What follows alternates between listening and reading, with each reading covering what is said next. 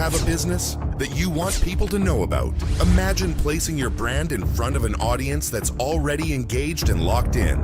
With over 154 million views monthly across YouTube and Facebook, and over 5 million views daily on both platforms, based on official analytics. Now we're bringing that same audience to I.A.N. News. If they've seen your products on the Ian Show, imagine the impact when they see them on the news. Reserve your spot in the news and book your monthly packages now. Every weekday at 7 p.m., the news goes live on the I.A.N. network. Watch us on our available providers with more coming soon. Also available on YouTube and Facebook. The news you have been waiting for is now here. Do you have original, compelling content? Then we're looking for you. Contact us at the I.A.N. network, and you can become one of our exclusive contributing creators. Be a part of creating history with Trinidad and Tobago's newest TV network, the I.A.N. network. It's the only place where you can find real content on real matters from real people. So if you've got what it takes, reach out to us now.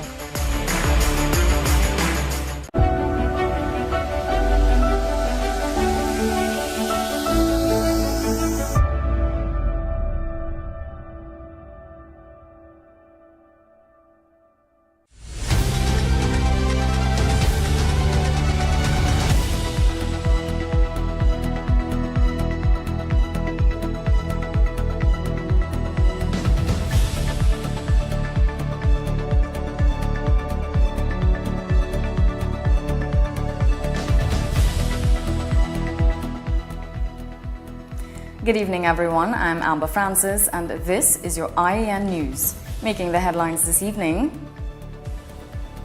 Justice Minister Devesh Maharaj says government undecided on SOE extension.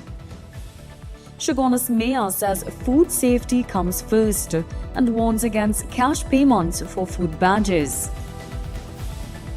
While Minister of Public Administration and AI tells attendees at a pre-budget consultation, be patient with us. And in sport, TKR suffer another defeat, this time at the hands of the Antigua and Barbuda Falcons.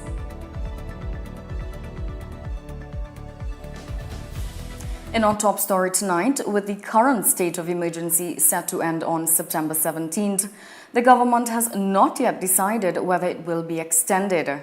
Justice Minister Devesh Maharaj says the decision will depend on the latest crime data and an assessment of the effectiveness of the emergency measures. Celine Bansilal tells us more. With the state of emergency set to expire in just over 3 weeks, government is still weighing whether the measure should continue. Justice Minister Devesh Maharaj, speaking at a back-to-school drive in Chunapuna on Saturday, said the government must first analyze the latest crime data before the matter is presented to the Prime Minister at the National Security Council for consideration. Maharaj maintains, however, that the SOE has been successful so far, pointing to police statistics which he says show a decline in murders and serious crime. Maharaj said the government is also comparing current crime figures with those recorded in 2024, the year Trinidad and Tobago recorded its highest ever number of murders at 626. We came into government 2025 and we have taken very strong measures with regard to the current situation. So yes, and of course, as new developments occur, we would have to take steps to deal with them.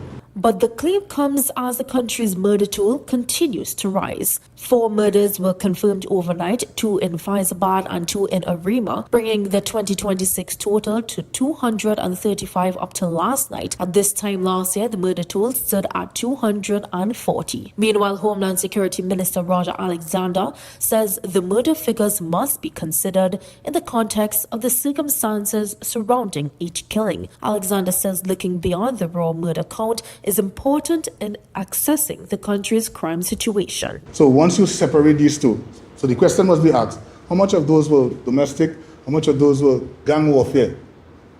And that's how probably you could start to understand if something is easing up. You see? because persons just seize the opportunities to say, well, murder is murder. With the SOE currently scheduled to end on September 17th, the government's next move will depend on the data and whether the National Security Council believes the emergency measures should continue. Celine Banslal, I.A.N. News. Meanwhile, a PNM deputy political leader, Sanjeev Budu, is questioning whether Trinidad and Tobago is heading toward another state of emergency as the current one approaches its September expiration date. In a statement on Saturday, Budu pointed to recent bomb threats across the country, continuing murders and home invasions, restrictions surrounding a planned communications workers' union's demonstration, and the government's use of emergency procurement as reasons for concern. He said the developments could reasonably lead citizens to question whether another SOE is being contemplated. Budu also questioned the apparent disparity between the security agencies' ability to act on intercepted communications and their ability to identify persons behind repeated bomb threats. The questions come after a series of bomb threats reported across Trinidad and Tobago on August 19th, which triggered security responses and evacuations. However, speaking to media on Saturday, Minister of Homeland Security Roger Alexander said the police were doing a remarkable job on the matter. You know how it is so important for us to have intelligence agencies supported by our colleagues from the outside. Very, very important. And we applaud that. A notice from the Chaguanas Borough Corporation has sparked questions about whether roadside and doubles vendors will be barred from getting food handlers badges. But Chaguanas Mayor Faik Mohammed said that is not the case. He says the corporation's focus is on food safety, proper payment procedures, and ensuring vendors comply with the law. Celine Bansilal has more. Roadside and doubles vendors are not automatically being shut out from obtaining food handlers' badges. That's the clarification from Chaguanas Mayor Faik Mohammed in an interview with I.A.N. News following a notice issued on August 7th by the Borough Corporation's Public Health Unit. The notice states that food handlers' badges will not be issued to persons vending on pavements or roadways, as this is prohibited. But the mayor says vendors who meet the necessary requirements should have no problem obtaining the badge. Applicants are required to indicate where they prepare and sell their food. The Public Health Unit will then assess the location and their relevant sanitary and hygienic requirements.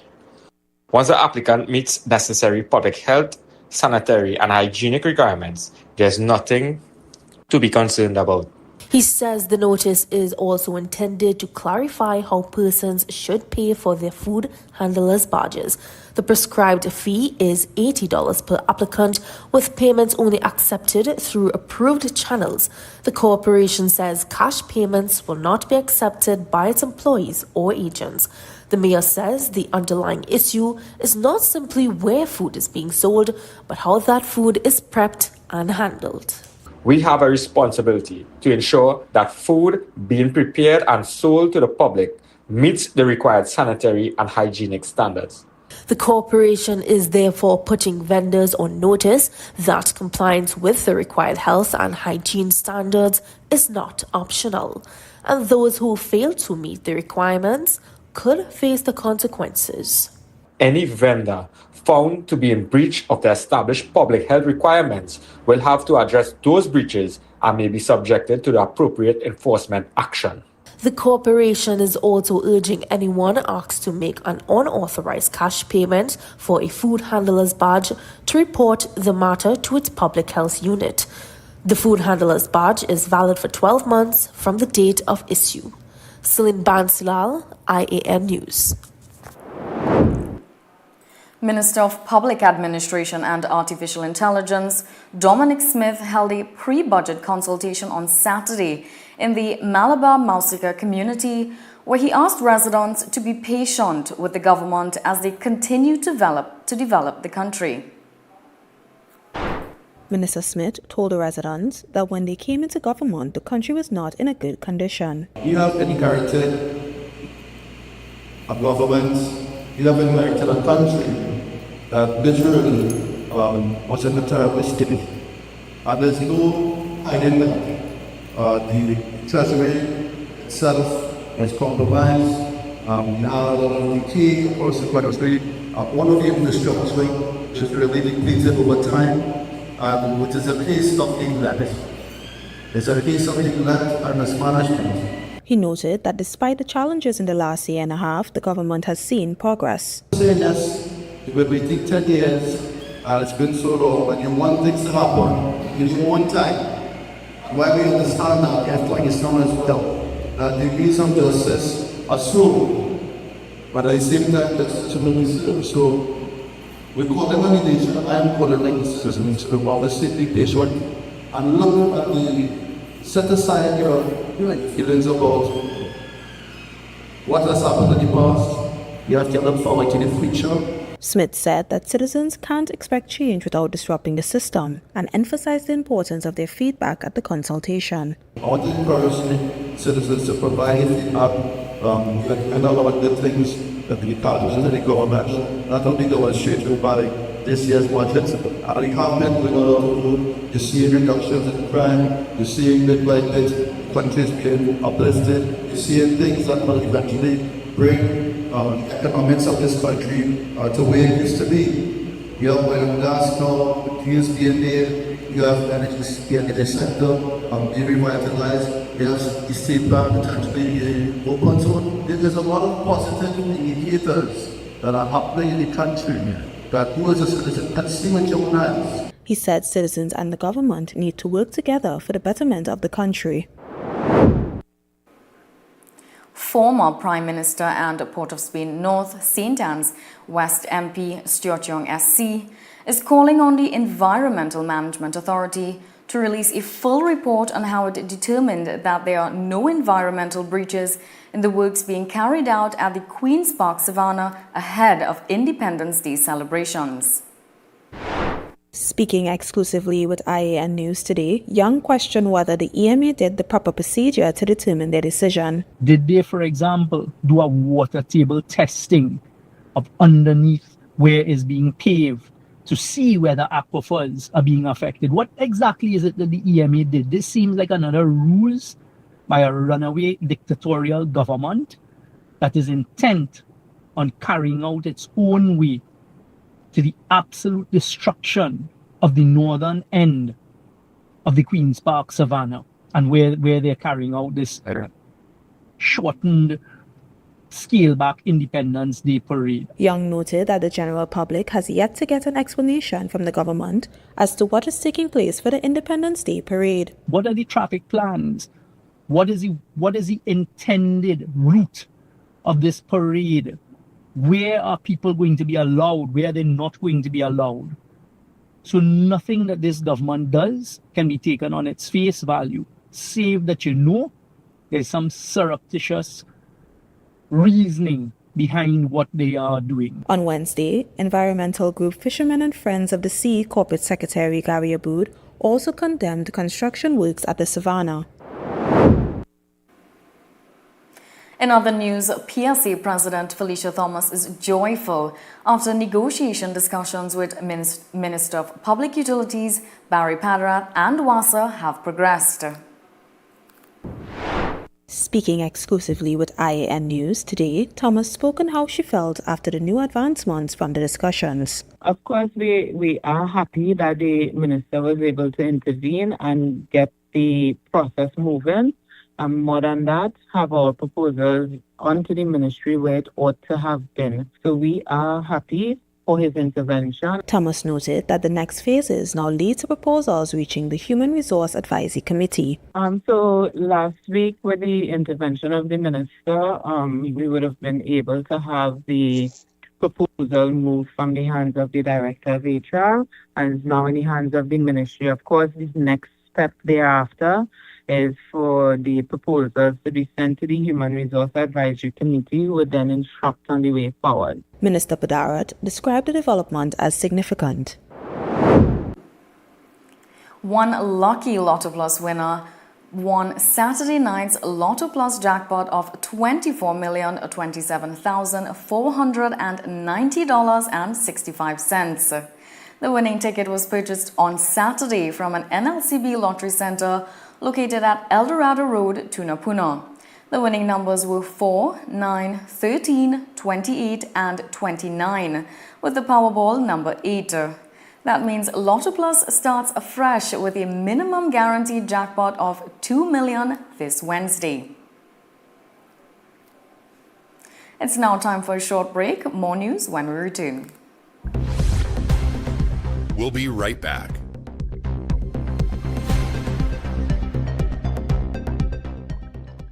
Do you have breaking news, community news, and upcoming events? Contact our newsroom at 226-1-I.A.N. or 259-4-I.A.N.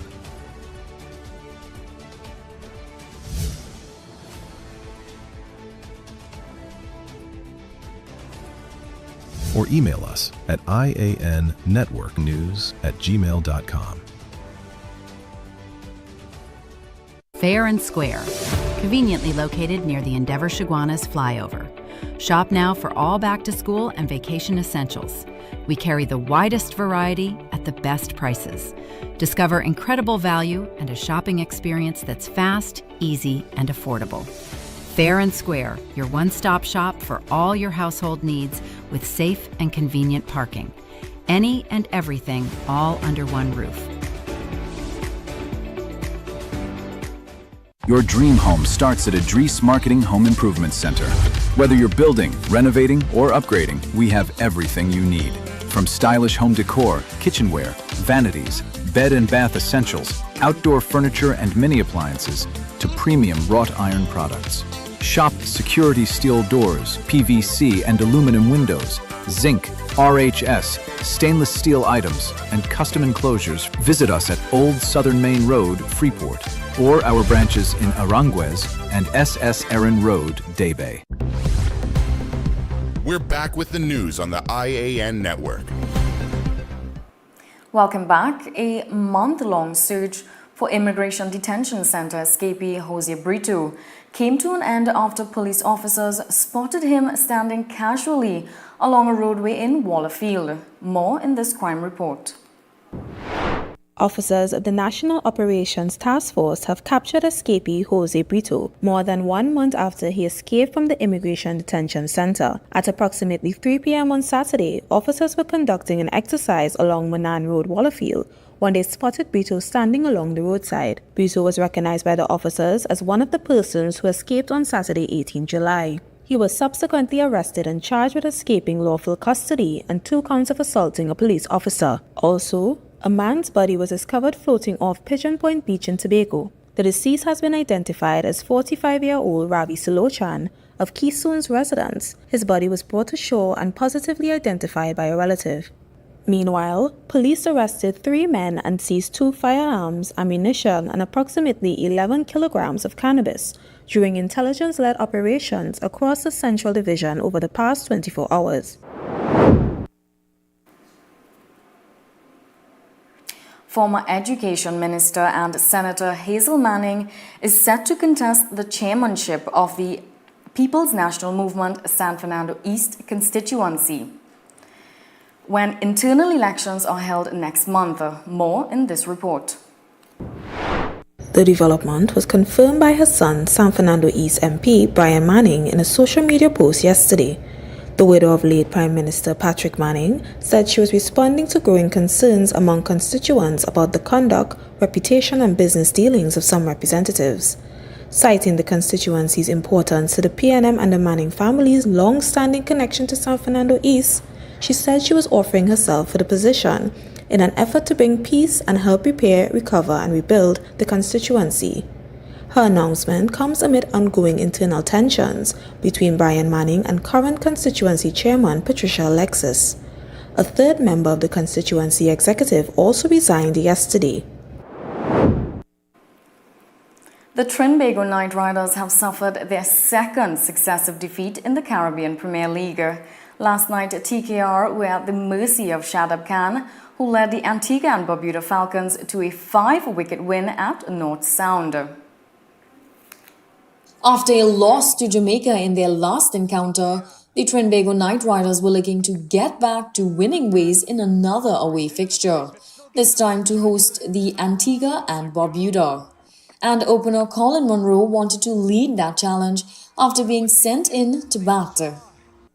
He lost fellow opener Alex Hales for 2 with 35 runs on the board at the North Sound ground.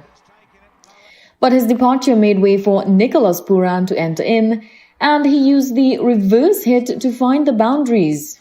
So aggressive, and he's looking because of the breeze. He's hitting with it. Impressive batting. Until he squared one straight into Kusal Pereira's hands, giving Joshua James his first wicket. Pooran gone for 43, 84 for 2 in the 8th over. Monroe fell short of a half-century when Shadab Khan bowled for 46 as we entered the 11th, 96 for 4. Shadab conceded just 8 runs in 4 overs. Terence Hines then joined Sunil Narayan, helping Trinidad and Tobago to 165 for 6. Not the most convincing total at the Sir Vivian Richards Stadium. Rakeem Cornwall wanted to erase that total himself, slapping around Narayan in the first over. But his glory was short-lived. As he was run out in the second over, he probably should have slid in to save his wicket. He made 14. Has he taken the bails off too early here? Or is Rakeem a little slow out of the blocks? There the lights go up. Oh dear, I reckon that's tight here and gone. O-U-T. The silence, palpable. Fellow opener Amir Jangu took a measured approach with his next 2 partners, Elvin Lewis and Hassan Nawaz, departing cheaply. When Jangu was removed for 31, the Falcons were 80 for 4 in the 13th over. But the home fans' fears were allayed when Kusal Pereira and Shadab Khan stood in the middle. Shadab was particularly brutish with the TKR bowlers, slapping them all over the North Sound ground. The duo shared a 76-run partnership to get the Antigua and Barbuda Falcons to 168 for 5 with 9 balls to spare. Pereira 34 not out and Shadab 52 not out of 20 balls. TKR suffering a 5-wicket defeat. With the win on Saturday night over TKR, the Antigua and Barbuda Falcons move top of the CPL standings, which we'll now take a look at.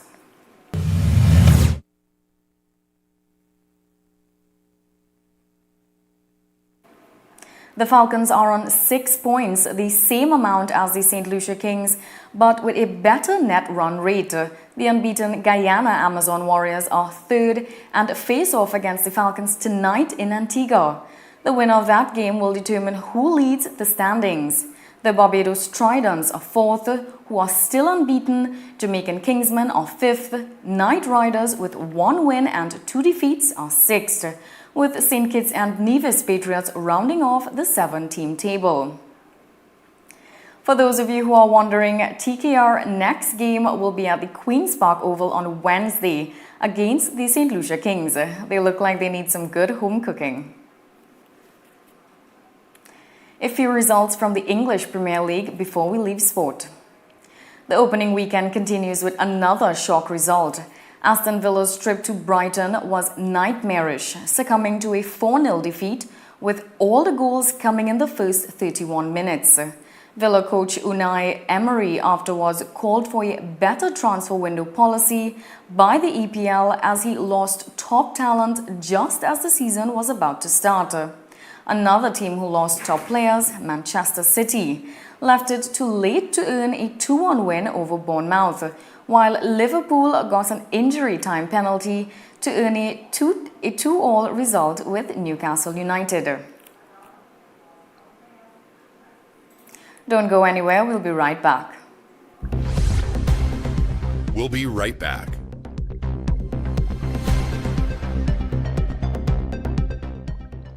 Do you have breaking news, community news, and upcoming events? Contact our newsroom at 226-1-I.A.N. or 259-4-I.A.N.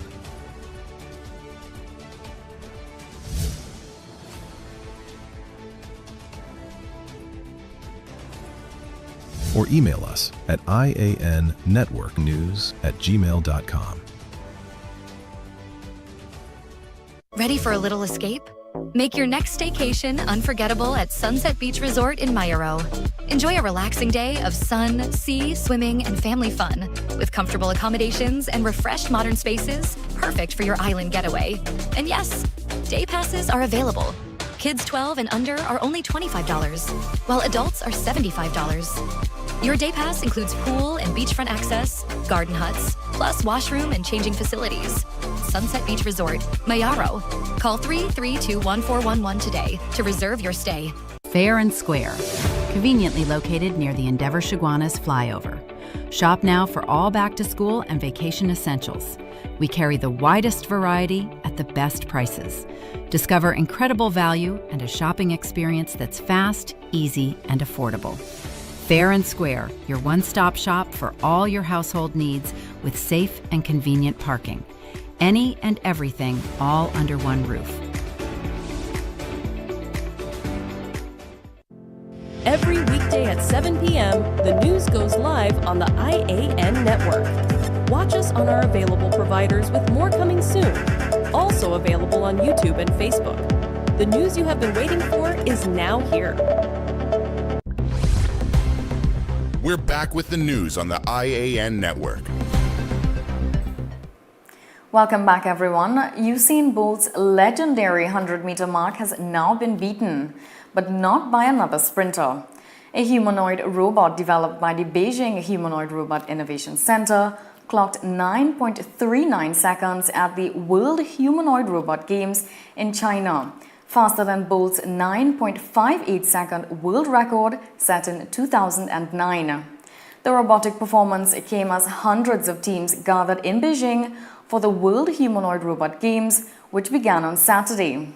Here's a look at technologies that's giving new meaning to the phrase superhuman speed.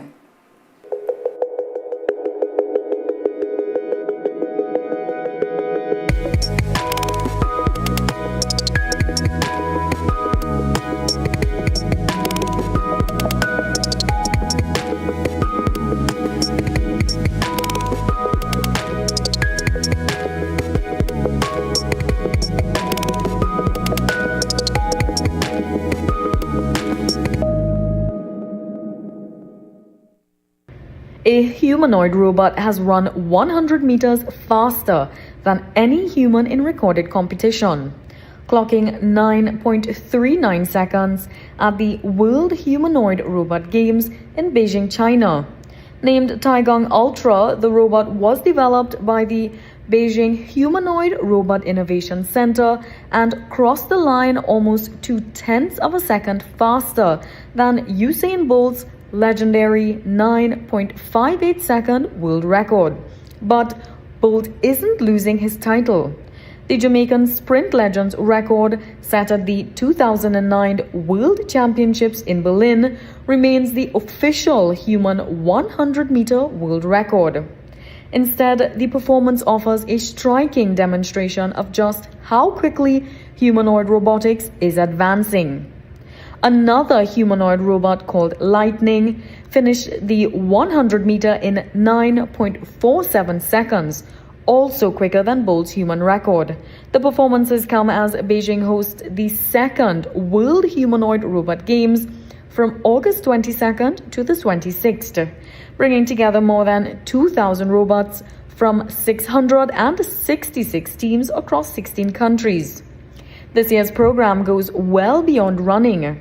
Robots are being tested in events including football, weightlifting, martial arts, dance, and tug-of-war, along with other practical challenges designed to stimulate tasks in homes, factories, hotels, and other real-world environments. The 100-meter competition is also being used to test a major technological hurdle: autonomy, with robots required to complete the event without being remotely controlled. China has been pouring resources into the humanoid robotics and artificial intelligence, with the games providing developers an opportunity to test just how far these machines have progressed. And while a robot running faster than Usain Bolt may grab headlines, the bigger race could be determining how soon these machines move from the sporting arena into everyday life.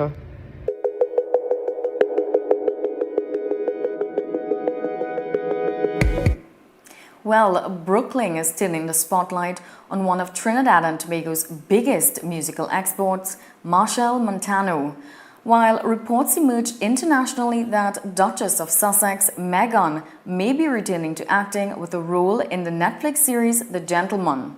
Here's more in our entertainment roundup.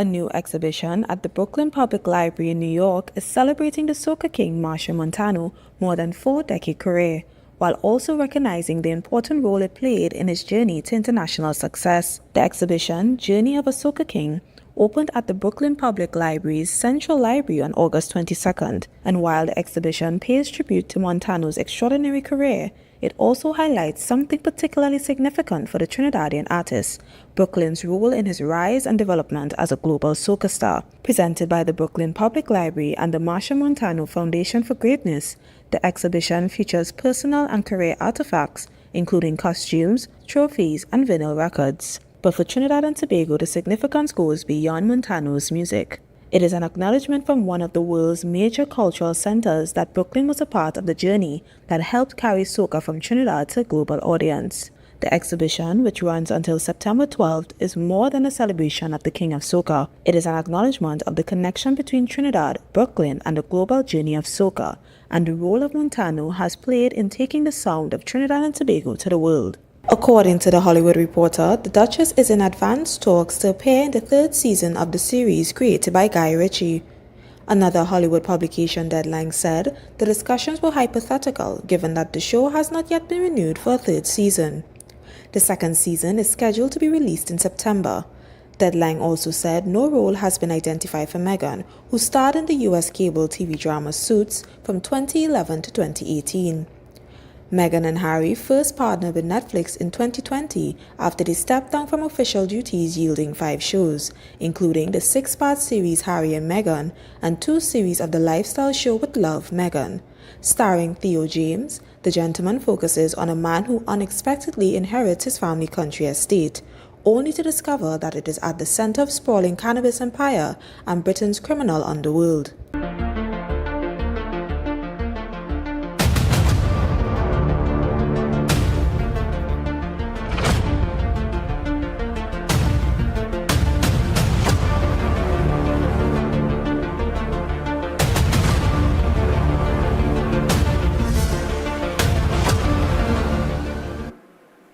It's now time for the weather forecast.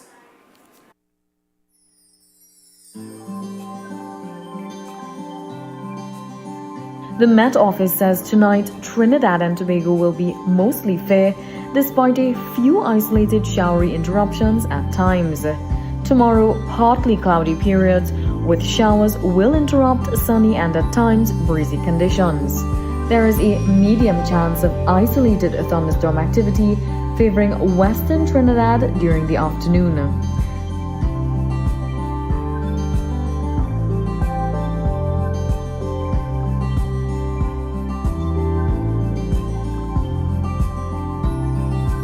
Sunrise will be at 5:56 a.m. and sunset at 6:20 p.m. Seas are slight to moderate. Waves are 1 to 1.5 meter in open waters and below 1 meter in sheltered areas. And here's a look at tomorrow's tidal times.